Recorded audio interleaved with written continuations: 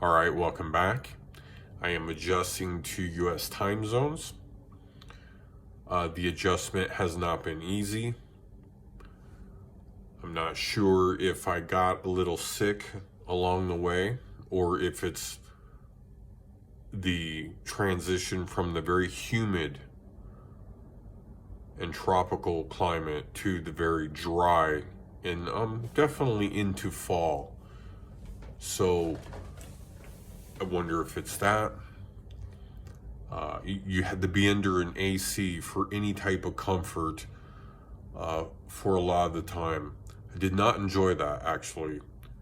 I mean, literally, in some cases, the AC would be blowing on you.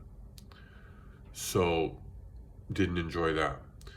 Danny has secured a ticket back to the Philippines in pretty short order here. It seems to be February. I'm sorry, I don't have all the actual details, but he's headed back. I thought there would be a good chance he would be headed back. One, he is 100% retired, so he gets the income every month, no problemo. He even has some family members in the United States that if everything, the wheels fell off, so to speak, he would have some help on the other side. That also being said, it makes sense for him. I mean, I will say that. Plus, he found somebody I think he really likes. I don't want to speak for Danny. Don't give the wrong impression. A lot of people ask about his experience. I do work, so I am kind of more, have to be available during U.S. time zones in most cases. He does not. He does not. So I have been trying to adjust to the jet lag and to the over here in El Paso. It's now Saturday. I arrived Tuesday at about noon.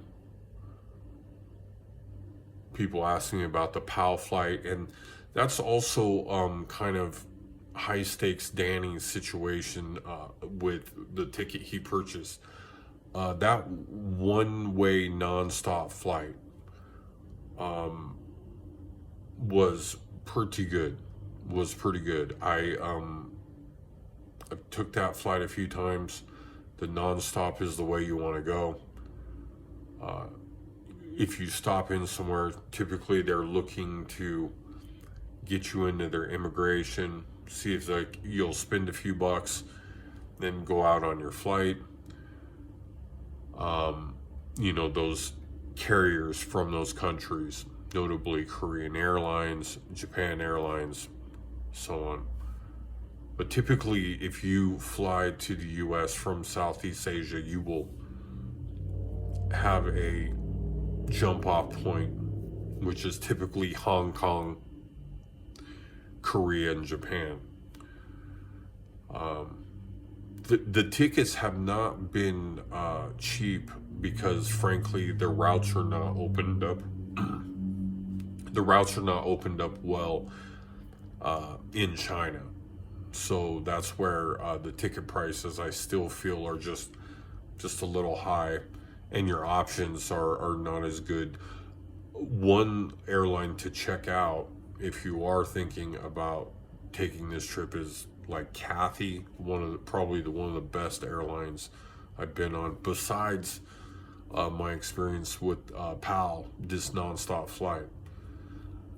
Also, on that note, the call center that is handling PAL's calls is making Philippine Airlines look really, really bad.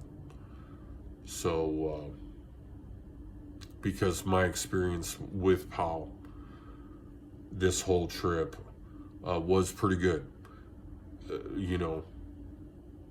but give it that. I arrived in Iloilo. They hooked me up with the boarding passes all the way through.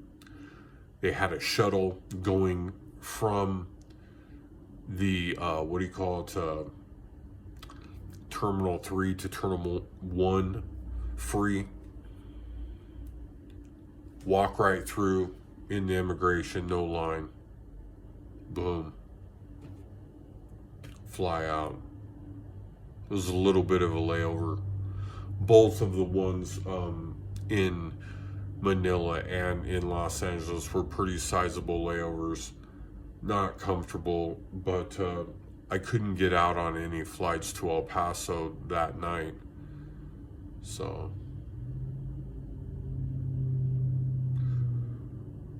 I don't know what's next. Certainly I have some ideas, but I haven't made a decision on anything yet. People asking about El Paso to address some of the questions. El Paso's pretty good. I think it's done well. It's still really reasonable. Of course, the cost has risen some, but still pretty good value. My stuff is here, so it made sense for me to come over here. My mouth is very dry. Maybe if I continue the vlog, I need to take a drink of water. Oh, I will. Hold on a second.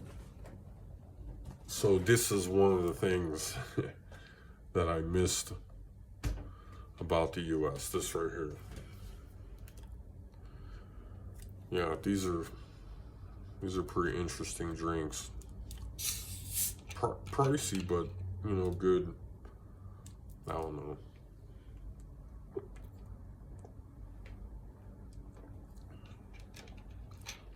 Well,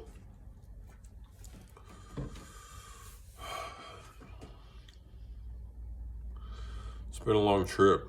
That's that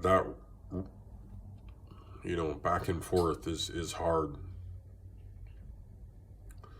You really have to plan like 3 or 4 days just to decompress from it all. All right, I think that's it for today. Thank you all for following along on the story. We got more story coming for sure. I will guarantee you that. Things are getting very interesting behind the scenes.